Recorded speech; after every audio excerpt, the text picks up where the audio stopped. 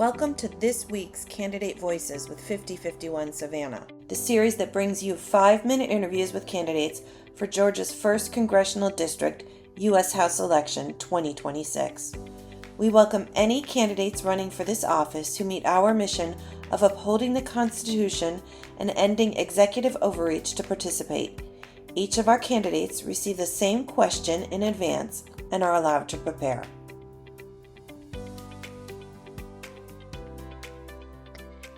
Welcome to Candidate Voices with 5051 Savannah. I'm Robin, and I'm here tonight with Joey Palimeno. Welcome, Joey. How y'all doing? Good. Our question tonight: rural counties in the 1st District of Georgia trail in college and workforce training. What will you do in Congress to expand educational opportunity here? So before I hit that question, I think we need to also improve the situation economically at home for parents. That would be a big part, so we could stay more involved in our kids' education.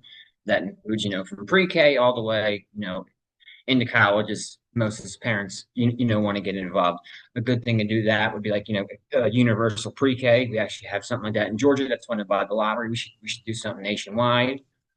Let me also start with, we need to give our teachers a raise, and that includes substitutes. In rural areas, they make about 20% less than in urban areas. I know this is often a political line you hear, but I really mean it. I've seen firsthand how little they actually make.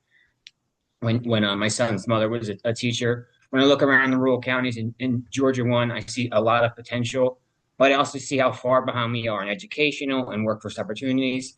That's not because our kids lack the talent. It's because Washington has just failed to invest in places like ours for far too long. We need to expand federal funding for community colleges, HBCUs, and trade schools in rural areas. This means directing the Department of Education and the Department of Labor grants towards new satellite campuses, workforce training centers, and mobile classrooms. Students don't have to travel hours to gain those new skills to get into the workforce.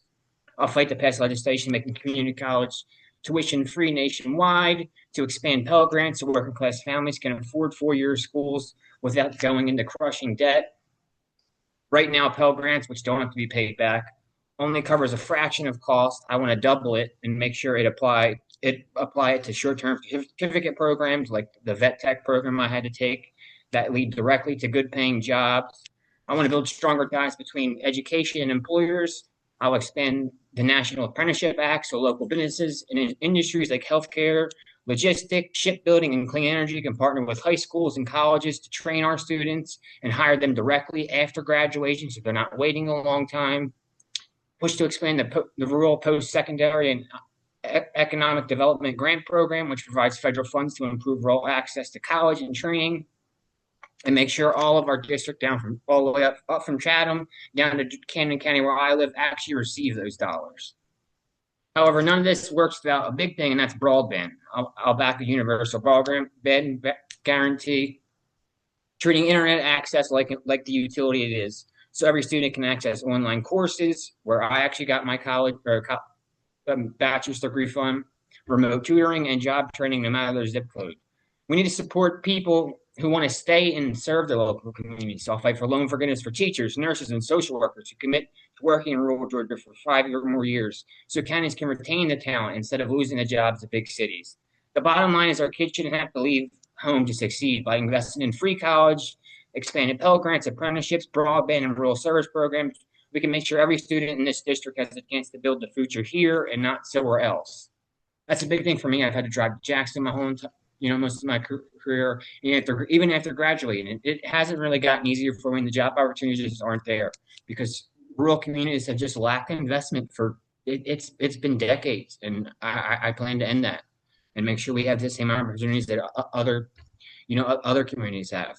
But that doesn't mean just bringing in Amazon here and having them pay small wages, tiny wages to my constituents, and then we subsidize Amazon with food those employees with food stamp benefits. That's not something that's going to happen. I'll make sure those companies are held accountable, pay prevailing wages, don't union bust, all that kind of good stuff that improves the economy and builds it from the bottom up and the middle out, not the top down like we've been doing for the past 40 years because it's just not working. And that's all I have. Thank you so much.